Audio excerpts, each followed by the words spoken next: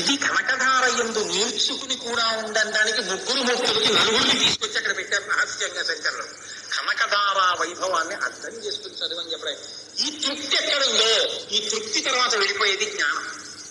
ఎందుకంటే ఇంకా వాంఛ లేదు. మరి వాంఛ లేక ఎందుకు చదువుతున్నాడు? ఆ తర్వాత అసలు ఆ తల్లిని ఒకసారి చూడాలి. ఆ విష్ణువు ఇక్కడే ఉన్నారు. ఆ నారాయణ స్వరూపం చూడాలి. ఇప్పుడు భక్తి దాటి, భక్తితో కూడిన కర్మ దాటి జ్ఞానం వైపుకి వెళుతున్నాడు. ఈ జ్ఞానం వైపుకి వెళ్ళేటప్పుడు ఏమనాలంటే ఉన్నదొక్కటే పదార్థం, అదే మూడవుతోంది. ఆ మూడవుతున్న దానికి ఒక పరాశక్తి ముగ్గురుగా మారుతోంది. ఈ మొత్తం లోకంలో ఉన్నది ఒక్క పదార్థమే అన్న అద్వైత సిద్ధి వైపుకి అడుగులు పడాలి. ఇప్పుడు భక్తి నుంచి, భక్తిలోని కర్మ నుంచి, భక్తితో కూడిన కర్మ నుంచి జ్ఞానం వైపుకి నిత్య శంకరాచార్యులు వారు ఎక్కిస్తున్నారు.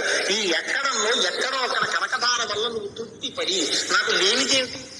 ఈశ్వరుడు తినడానికి ఎప్పుడు లోటు లేదు, తింటే జీర్ణం అవడానికి లోటు లేదు, కట్టుకోవడానికి భర్త ఉంది, ఉండడానికి ఇల్లుంది, చక్కటి భార్య ఉంది, మాట చెప్తే వినేది, ఒక కొడుకున్నాడు, కూతురుంది. నా జీవితని పోషించుకోవడానికి నాకు ఒక ఉద్యోగం ఇచ్చాడు, అది చేసుకోవడానికి కావలసిన బుద్ధినిచ్చాడు, 10 మంది నన్ను చూసి నమస్కారం చేసేటటువంటి గౌరవం ఇచ్చాడు. ఈశ్వర నాకు ఏ యోగ్యత ఉందని నిన్ను ఇచ్చావు అని అనకుండా ఇలా అనగలిగితే అన్నంతో కడుపు నిండినట్టు. ఇంకేం కావాలి తండ్రి, ఇంకేం వద్దండి, ఇంకేం కావాలి, తిన్నాను కదా అంటారు. డబ్బు విషయం దగ్గరికి వచ్చేటప్పటికి ఎంతున్నా ఊళ్ళేరా ఇది కూడా తీసుకెళ్లి పడే బ్యాంకులో ఎక్కువ అంటే అలా అన్నంత కాలం మీరు జ్ఞానం వైపు వెళ్ళలేరు. తృప్తి ఏర్పడి ఈశ్వరుడి వైపు అడుగు పడితే భక్తితో కూడినటువంటి కర్మాచరణమును దాటి జ్ఞానం వైపు అడిగేసినట్టు. అప్పుడు విచారణ వస్తుంది. మూడుగా కనపడుతున్నది ఒక్కటే. ఆ ఒక్కటే ఇన్ని చేస్తోంది. లక్ష్మి వేరు, సరస్వతి వేరు, పార్వతి వేరు కాదు. ఇది ఎక్కడి నుంచి తీసుకొచ్చారో తెలుసా ఈ శ్లోకాన్ని? లక్ష్మీ అష్టోత్తర శతనామ స్తోత్రం చివర ఒక నామం ఉంది. బ్రహ్మ విష్ణు శివాత్మికాయై నమో నమః. ఉందా లేదా లక్ష్మీ అష్టోత్తరం చివర?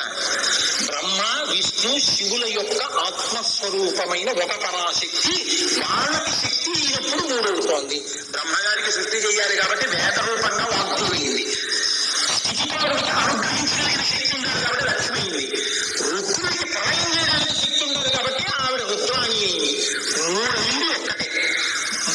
అందుకే ముగురమ్మ మూలకమ్మ చాలా పెద్దమ్మ సురారులమ్మ కరుపారడి బుచ్చినయమ్మ తన్ను లోనమ్మిన వెల్పుటమ్మల మనంబున ఉంది అమ్మ దుర్గమాయమ్మ అన్నారు కోతమ గారు. ఇప్పుడు తత్వం తెలుసుకోవడం మొదలు పెడితే జ్ఞానం వైపుకి అడుగులు వేయడం. ఒక్క కనకధార కేవలముగా డబ్బు కోసమే కాదు, అన్నం కోసమే కాదు, బట్ట కోసమే కాదు, లేనిది పొందడానికే కాదు, ఇది చివరికి ఎక్కడికి వెళుతుంది? జ్ఞాన పరిపుష్టికి కూడా ఇచ్చి మిమ్మల్ని ఈశ్వరుడి దగ్గరికి తీసుకెళ్లి ఈశ్వరుడిలోకి కూడా కలపగలదు. ఇప్పుడు కనకధారని ఇచ్చిన కింద అన్ని మెట్లు ఎక్కవలసిన వాళ్ళకి ఇచ్చేశారు శంకరాచార్య వారు. అంటే నేను ఆ స్థాయిలన్నీ మాట్లాడడానికి ఇప్పుడు నాకు సమయం లేదు. దాన్ని కర్మాచరణలోకి తీసుకొస్తే ఎలా వెళ్ళాలో చెప్తారు. సృష్టి నమోస్తు నమోస్తు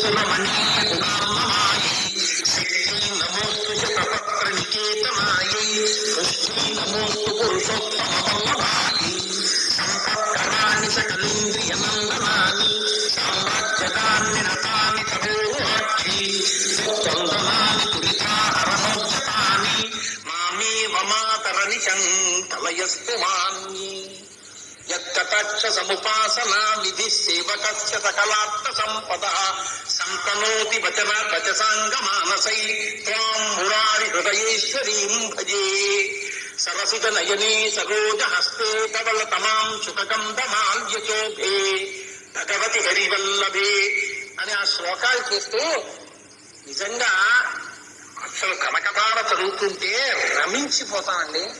శ్రీ సూక్త మంత్రాన్ని దాన్ని తీసుకుని ఆయన ఏనుగులు అమ్మవారిని అభిషేకిస్తున్నటువంటి మంత్రం అవుతుంది. అందులో అమ్మ తత్పాద పద్మం ఐసన్నిధత్వా యాసా పద్మాసనస్థా విపుల కటితటీ పద్మపత్రాయ సాక్షి గంభీరావర్తనాభిస్తవ భరణ మితా శుభ్రవస్తోత్తరీయా లక్ష్మీ దివ్యై గజేంద్రైర్మణిగణ ఖచితై స్థాపితా హేమ కుంభై నిత్యం సా పద్మ హస్తామమ వసతు గృహే సర్వమాంగళ్యయుక్త అని అడుగుతాం. ఎందుకో తెలుసా అండి, అందరూ మంత్రం చెప్పలేకపోవచ్చు స్వరంతో, అందరికీ మంత్రార్థం తెలియకపోవచ్చు. అందుకని ఆయన ఏం చేశారంటే సమస్త మంత్రముల యొక్క సారాన్ని కనకధార కింద స్వర్వాహిని విమలచారు జలప్లుతాంగీం ప్రాకర్ణమామి జగతాం జననీమసేత లోకాభినాథ గృహిణీం అమృతాభ్యపుత్రీం కమలే కమలాక్ష వల్లభే కరుణాపూర తరంగితైరపాంగై అవలోకయమామకించనానాం అంటూ నిజంగా ఏమి అద్భుతమైన స్తోత్రం చేసేశారో మహానుభావుడు. ఇదంతా చేసేస్తేట చివరికి వచ్చి శంకరాచార్యులు వారు నమస్కారం చేసి నిలబడిపోతే వెంటనే 1 గంట 48 నిమిషముల పాటు బంగారు ఉసిరికలు కురిసిపోయాయి. ఇప్పటికీ పెద్దలు ఏం చెప్తారో తెలుసా అండి, ఈ కనకధారా స్తోత్రాన్ని నమ్మి ఎవరైనా ప్రతిరోజు చెయ్యడం మొదలు పెడితే క్రమక్రమంగా మెట్లు ఎలా ఎక్కుతారో తెలుసా? మీరు ఏ కోరిక చెప్పకుండా రోజు కనకధార చేయడం మొదలు పెడితే మొట్టమొదట వచ్చే ప్రయోజనం ఏమిటంటే మీకు స్పష్టంగా కనపడిపోతుంది తేడా. ఇంతకు ముందు మీకు నిజంగా ధర్మబద్ధమైన ఒక ఆర్తి ఉంటే వెంటమారి డబ్బు కోసం తిరగవలసిన నీరు ఇక మీద అలా తిరగవలసిన అవసరం ఉండదు. ధర్మబద్ధమైన కోరిక కలగగానే దానికి కావలసిన డబ్బు కూడా సమకూడిపోతుంది. అలా వస్తుందంటే నేను చెప్పినది సత్యం, సత్యం, నన్ను నమ్మండి. నా వ్యక్తిగతమైన అనుభవాల్ని నేను వేదికల మీద చెప్పడానికి ఇష్టపడాలి కాబట్టి కడుపులో ఉన్నది కక్కలేకపోతున్నాను. కానీ పరమ సత్యం నేను చెప్తున్నది. ధర్మబద్ధమై న్యాయబద్ధమై ఇన్నాళ్ళకి నా జీవితంలో నేను ఒకరి దగ్గర చెయ్యి చాపి అప్పటికి వస్తోందని మీరు బాధపడి కనకధార అనుకోకుండా మీకు అలా సమకూడుతుంది. ఇంతవరకు వచ్చేసాను కాబట్టి ఇంకా దాచుకోలేని చెప్పేస్తాను. ఒకప్పుడు ఇప్పుడిప్పుడు నాకంత పెద్ద అవసరం లేదు కదా అని నేను నా దగ్గర బ్యాంకులో ఉన్న డబ్బంతా ఖర్చు పెట్టేశాను. ఏదో కొద్దిగా బ్యాలెన్స్ ఉంది.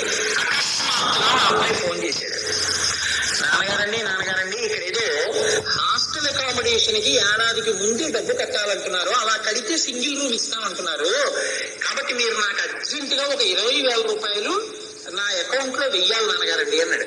నిజంగా నా దగ్గర లేవు 20,000 రూపాయలు. నేను వాడి ఫోన్ వచ్చింది, ఎప్పుడు వెయ్యాలరా అన్నాను. రూమ్స్ అలాట్మెంట్ అయిపోతుంది నాన్నగారండి, రేపు వేయగలరా అన్నాడు. తప్పకుండా వేస్తాను రా అన్నాను. కానీ ఆ రోజు ఆఫీస్ లో ఈ ఫోన్ వచ్చినప్పటి నుంచి మదన పడుతున్న 20,000 ఎక్కడికి నా దగ్గర ఇప్పుడు అని. మర్నాడు తెల్లవారిని ఆ రోజు వేస్తానన్నాను 20,000. నేను పూజా మందిరంలో కూర్చుని అమ్మా నిన్ను నమ్మి బతికాను, ఎప్పుడు ఎవరి దగ్గర ఇలా చెయ్యి చాపి నేను అప్పు అడిగిన రోజు లేదు, కానీ ఇవాళ అడగవలసి వస్తుంది.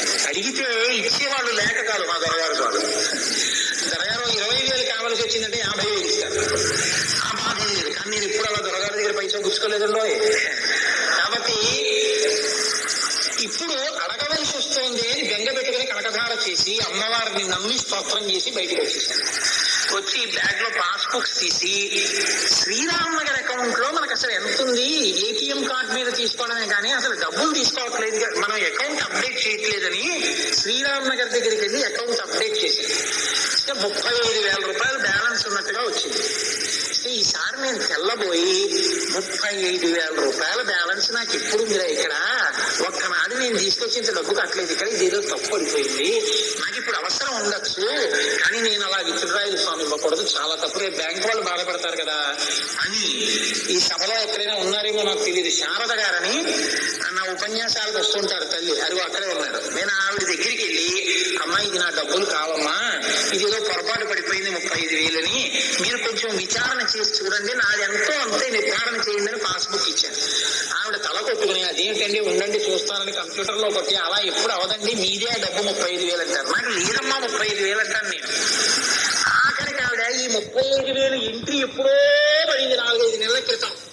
4-5 నెలల క్రితం 35,000 మీరు కట్టారని అంటారు ఆవిడ. నేను కట్టలేదమ్మా నాకు అంత డబ్బు ఎక్కడంటారు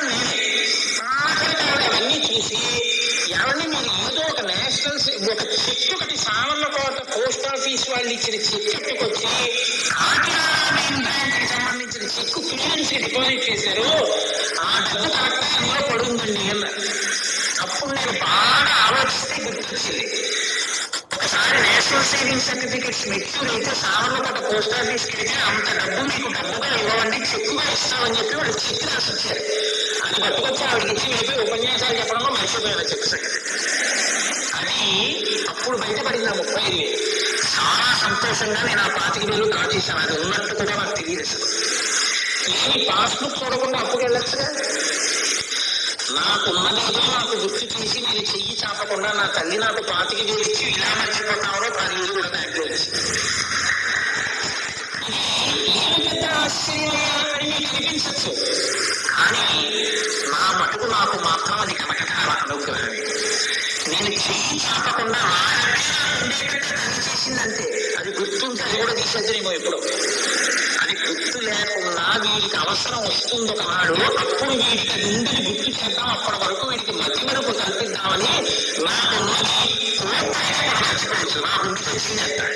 అంటే చూడండి, అవసరం కోసం వాడు దాచేసిందంటే ఈ ఇలా ఖర్చు పెట్టేస్తారని ఇన్నాళ్ళు పోయి డబ్బులు వచ్చినట్టు నా తల్లి నా కోసం దాచెట్టి పెట్టింది ఆ డబ్బు. అట్ట పెట్టని చెప్పి ఆ అబ్దుల్లాన్ని పంపించేసేటట్టు చేసేసింది. ఇది నేను మా ముఖ్యంగా సత్యనారాయణకి ఆ రోజు ఆశ్చర్యపోయి వచ్చి ఆఫీసులో సత్యనారాయణ ఇలా జరిగింది చూసేవా కనకధారాస్తోత్రం ఇంకో అన్నారు. అప్పటి నుంచి ఎన్నో మార్లు కనకధారతో గట్టించిన సందర్భాలు ఎన్నున్నాయో. కనకధార అంత గొప్ప కనకధార నీకు కోరికకి కావాల్సింది ఇస్తుంది, 2 అలవాటు చేస్తుంది, 3 నమ్మకాన్ని పెంచుతుంది, 4 ఆ నమ్మకం చేత ఇంట్లో ఆపదలు రాకుండా కాపాడుతుంది, 5 క్రమంగా జ్ఞానం వైపు అడుగులు వేయిస్తుంది, 6 అలా కలిసిన వాడు ఇంట్లో ఉండడం వల్ల వంశాన్ని కాపాడుతుంది.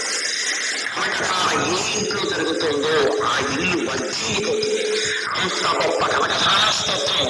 కాబట్టి నేను దీన్ని పూర్తిగా చెప్పానా చెప్పలేదా అన్నది పక్కన పెట్టండి. సమయాభావం వల్ల నేను పూర్తి చేయలేదు, కానీ దాని ఫలితం చెప్పడం వల్ల నేను పూర్తి చేసేసినట్టే. కాబట్టి చక్కగా ప్రతిరోజు మనందరం కనకధారా స్తోత్రాన్ని చదువుకుని, చాలా తేలికైన శ్లోకాలు ఎంత అందంగా ఉంటాయో చదువుతుంటే, మీరు రోజు చదువుతుంటే ఇంట్లో పిల్లలకి నోటికి పట్టేస్తుంది. అంగం హరేహ పులకభూషణమాశ్రయంతి బృందాంగమేవ ముకులాభరణంతమాలం అంగీకృతాఖిల విభూతి రపాంగలీలా మంగళ్యదాస్తు మమ మంగళ దేవతాయా. అసలు అలా ఉత్తినే కూర్చుని మీరు చదువుతుంటే, కూరగాయలు తరుక్కుంటూ ఆడది చదువుతుంటే, ఇంట్లో పిల్లలకి నోటికి పట్టి వాళ్ళు కూడా విర్రి పాటలు పిచ్చి పాటలు మానేసి బిగ్గ నకకుంభ ముఖావసృష్ట స్వర్వాహిని విమలచారు జలప్లుతాంగీ అందం అలవాటు చేసుకుంటే అమ్మవారి అనుగ్రహం కలుగుతుంది, శ్రీ మహావిష్ణువు యొక్క అనుగ్రహం కలుగుతుంది. మనందరం సంపత్తితో సంతోషంతో సుఖంగా ఉండగలుగుతాం. కాబట్టి ఇంత గొప్ప స్తోత్రాన్ని మనకిచ్చినటువంటి శంకర భగవత్పాదాచార్య స్వామి వారి పాదములకు ప్రణమిల్లుతూ 5 రోజుల పాటు ఈ కార్యక్రమం జరగాలని రేపాక సుబ్బారావు గారు శుద్ధ సంకల్పం చేశారు. కాబట్టి శివ సంకల్పమస్తు అయి ఈ కార్యక్రమం జరిగింది. కాబట్టి నాకేమీ చేత కాకపోయినా మీ అందరూ ఇంత శ్రద్ధాళులై ఉన్నందుకు మీ అందరికీ నా అభినందనలను వ్యక్తం చేస్తూ, ఆషాఢ మాసంలో ఈశ్వరుడు ముహూర్తాలు ఉండనివ్వడం. ముహూర్త శాస్త్రం ఈశ్వరుడు ఇచ్చిందే కదండి, జ్యోతిషం. ఆషాఢ మాసంలో మాత్రం ముహూర్తాలు లేకుండా చేశాడు. ఎందుకు చేశాడో తెలుసా అండి? పెళ్లిళ్ళు పేరంటాలు ఉంటే గురువు గారిని పూజ చేయడం మానేస్తాడు వీడని. ఆషాఢ మాసం కేవలం గురువైభవమే. అటువంటి ఆషాఢ పౌర్ణమి అమ్మవారు కూడా తన పౌర్ణమిగా చేసుకోదు, అది గురు పౌర్ణమి. గురువు యొక్క వైభవాన్ని ఆషాఢ మాసంలో వింటే త్రిమూర్త్యాత్మకమైనటువంటి భగవంతుడు పరాశక్తి కూడా అపారమైన ప్రీతి పొందేస్తారు. అందున గురు పూర్ణిమకి ముందు గురువైభవాన్ని విని గురు పౌర్ణమి నాడు గురు పదవిలో కూర్చోవడానికి యోగ్యుడైనటువంటి వ్యక్తికి గురు పూజ చేస్తూ ఉండగా చూసి నమస్కరించిన, గురువుకి పూజ చేసిన అటువంటి వాళ్ళకి మళ్ళీ ఆషాఢ మాసం వచ్చి